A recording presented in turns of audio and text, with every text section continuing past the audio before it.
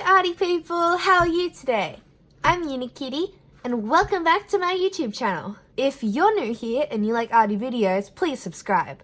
Today, I am very excited about Whimsical Week. And before this drawing challenge starts in a couple of days, I thought I would share with you a little bit about how it came to be. Earlier this year, I joined a drawing challenge called Magic Spring Week, and I really enjoyed it, and I thought, wouldn't it be cool if I could host my own challenge like this?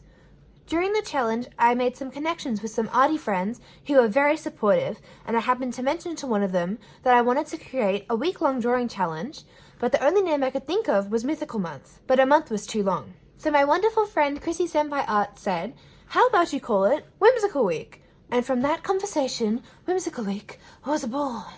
I busily went about putting a poll on my Instagram story asking if anyone would be interested in hosting a challenge called Whimsical Week with me. There was a little bit of interest, so I made a group chat and we started brainstorming some prompt ideas. We had so many that we needed to narrow it down to our favorite 7.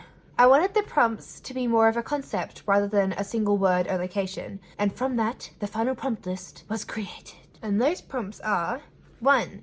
Magic key/secret door. 2. Forest creatures. 3. Childhood dreams. 4. Chocolate river. 5. Underwater galaxy. 6. Your favorite mythical creature.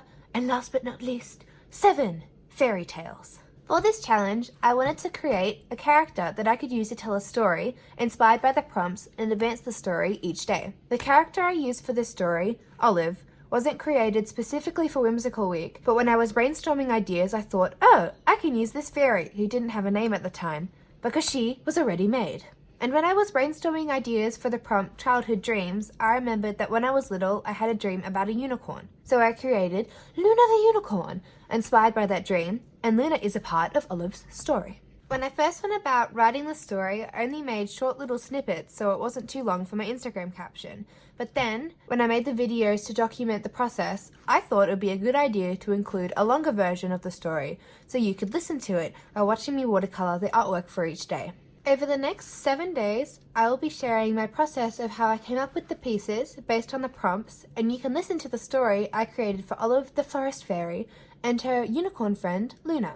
Earlier this year, I wouldn't have believed that there would be so many people interested in Whimsical Week, or that I would be responsible for creating a drawing challenge that so many people love and have given me such amazing feedback for the prompts. I'm really excited to see everyone's creativity, and I'll be sharing what I create as well as the other participants' artworks on my Instagram and YouTube. If Whimsical Week seems interesting to you, please feel free to join, or if you're just interested in checking out the other amazing artwork, you can also do that over on Instagram. Thank you so much for watching this video. I hope you enjoyed that little sneak peek of what's to come and the process of me creating this challenge. I've had such a fun time creating Whimsical Week, and I'm really looking forward to seeing it all come together. Have a creative day, everybody. Bye!